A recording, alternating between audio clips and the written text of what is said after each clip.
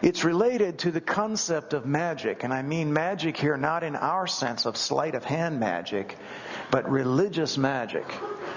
Magic is when people who are into religion believe that there are spiritual beings, there are gods, but they are subject to being manipulated. That if you know the right thing to say, if you know the right motions, if you know the right ingredients to mix together, you can harness the power of divine beings to the task at which you want to accomplish. Whether it's healing someone, whether it's cursing someone, whether it's protection, whether it's telling the future, the point in religious magic is that by going through this procedure, you can harness spiritual power to your ends, whatever it may be. In religious magic, the practitioner, the priest, the shaman, the prophet is the one who is using these arts. Think about saying this over and over for 3 hours. Oh, Baal, here answers. Oh, Baal answers. Oh, Baal answers. Repetitive prayer like that. What's the point? It's not a personal relationship that they're engaging in, is it? I mean, you don't talk to your friends that way. You can just imagine if there was a God there, and we're saying something for the 4,000th time, you'd be like, you already said that. It would just be, imagine somebody coming up and just saying, how was your day today? How was your day today? How was your day today? How was your day today? How was your day today? Just keep saying that over and over. It'd be completely insane. No, you don't. That's not relation. That's not communication. What is it? A lot of times these repetitive words and motions and other things that go with it have to do with theories of tapping into rhythms and patterns in nature and have the power to compel action from supernatural beings.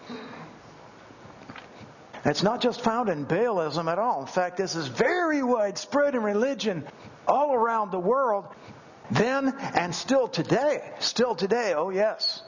In fact, I remember when I was a student here, the Krishna consciousness cult was very big.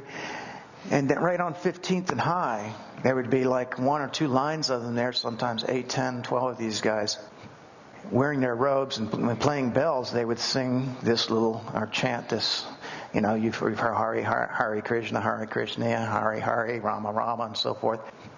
And then they would, just say this. And so I would go down to class, so at 8, and they were down there, dancing and playing the bells and singing this. And then I would come home from the library at 4, and they were still doing it. And they'd done that all day long, every day. They'd be down there doing it.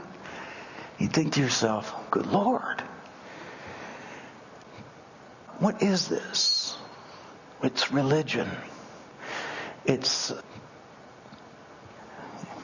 nothing special about them. Of course, in our Western religion, we've toned it down. You might go to the priest, he might say, I probably shouldn't have done this. He's like, just say this, 10 Hail Marys and 10 Our Fathers.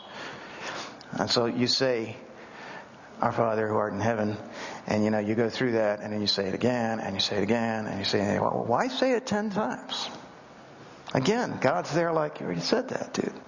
And ironically, that whole prayer, the prayer, Our Father, was given in the context of Matthew 6, where Jesus said, do not use meaningless repetition. Instead, he says you should pray like this. And he gives this simple, awesome prayer, which ironically has been taken and brought into a meaningless repetition. Man, humans prefer this approach to God. Believe it or not. The odd thing is, there is a strong human tendency to want to relate to the divine, the supernatural, through the means of these magical practices. We read that they danced, hobbling about the altar they had made. So as they're crying this out, there's also some sort of a dance that they're doing as they go around in a circle. It's easily recognizable in religion. These are called the gestures of approach. Marcia Eliade explains the sacred, he says, is always dangerous to anyone who comes into contact with it unprepared, without having gone through the gestures of approach that every religious act demands. Well, when you think about it, I mean, frankly, we could put a video montage of gestures of approach from religions clear around the world right up here tonight. And they would be, doing all of their different, it is what happens. When you approach the shrine, you have to make various motions and do different things. And there's dancing. It's almost like when we think of the repetitious prayer, it's like I'm just going to keep saying it. I'm going to keep saying it until I get an answer. Here now we're getting the body into it as well. And so you get this feeling that there's all this oomph coming up from the human side. It's like, oh, come on, Baal. And it's like, oh, man, come on. And so there's terrific oomph and effort coming up from the human side in this theology.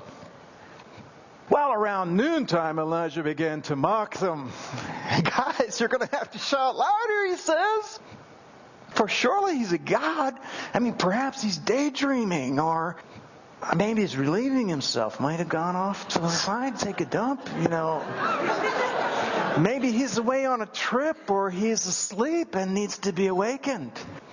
We read this and it's like, oh, so he's making fun of them. Yeah, because, every one of these things would be true of their nature deities. Yes, they did have to sleep. And if you read the mythology, read the lore, they do sleep, they eat, they do defecate and urinate. Yeah, all those things. They're overgrown, humans, really.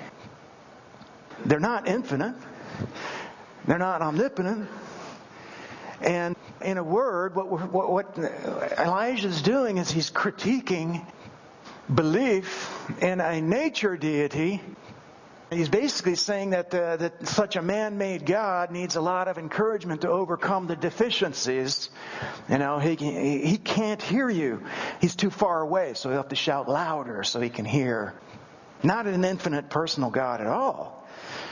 This is a finite, a limited deity. Well, they took the bait. They're like, yeah, he's right. And so they shouted louder. And following their normal custom, they began to cut themselves with knives and swords until the blood gushed out. Oh, man.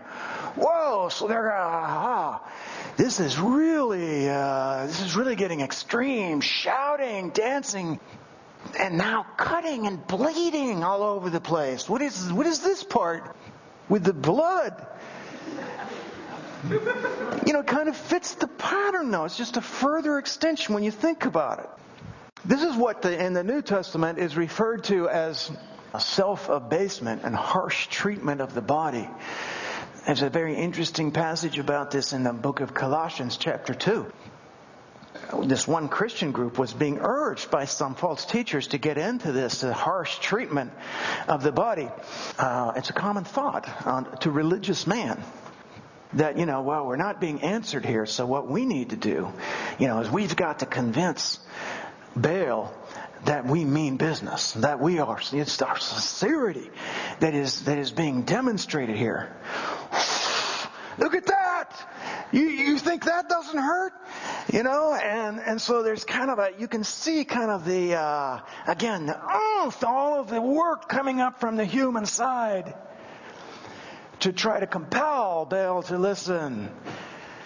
In the New Testament, in this passage in Colossians, Paul says, these are matters which have, to be sure, the appearance of wisdom in self-made religion and self-abasement and severe treatment of the body, but they are of no value against fleshly indulgence.